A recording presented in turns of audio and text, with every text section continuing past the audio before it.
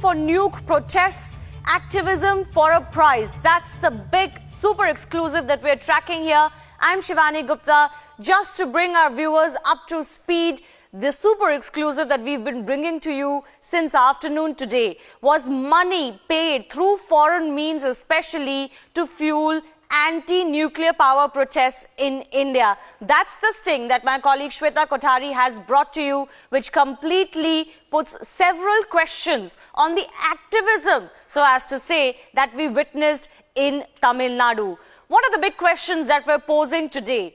The biggest question that comes to mind is, of course, is someone who claims that he's working for the benefit of the Indian people. Why is that person accepting funds from abroad? That's the big question, the first question that comes to mind when we pose the super exclusive into the public domain, exposing the ringleaders of the Kudankulam nuclear power plant activism and protests that took the country by storm a few years ago. Why was a nuke activist fighting for the people of India willing to accept funds from abroad?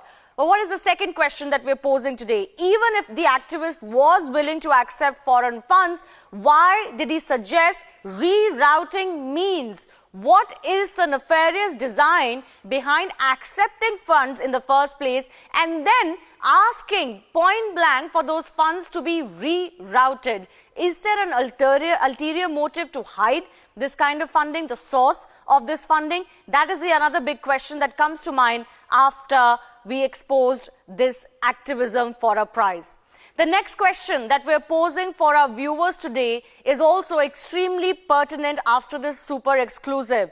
Given the talk of money, was the protest spontaneous or was it well planned by interest groups? Remember, whenever such protests break out in our country, those backing these protests claim it is for the welfare of the public involved, they're speaking on behalf of the public, and they are spontaneous. But this super exclusive certainly puts a question mark on that.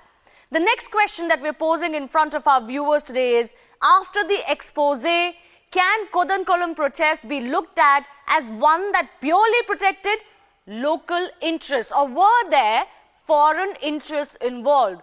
Because foreign funded was not only accepted but was desirable, it seems, from the ringleaders of these protests.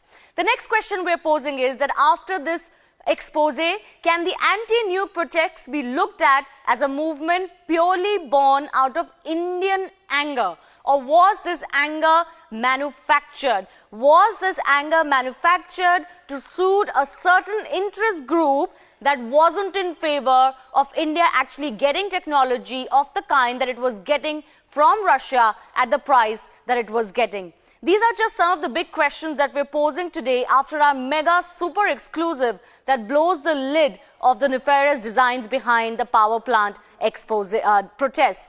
So Uday Kumar, who's the protagonist, one of the key protagonists that we have stung, he suggested acceptance of foreign cash if rerouted. Was there an indication of a larger secretive motive? What are the designs behind a protest like this?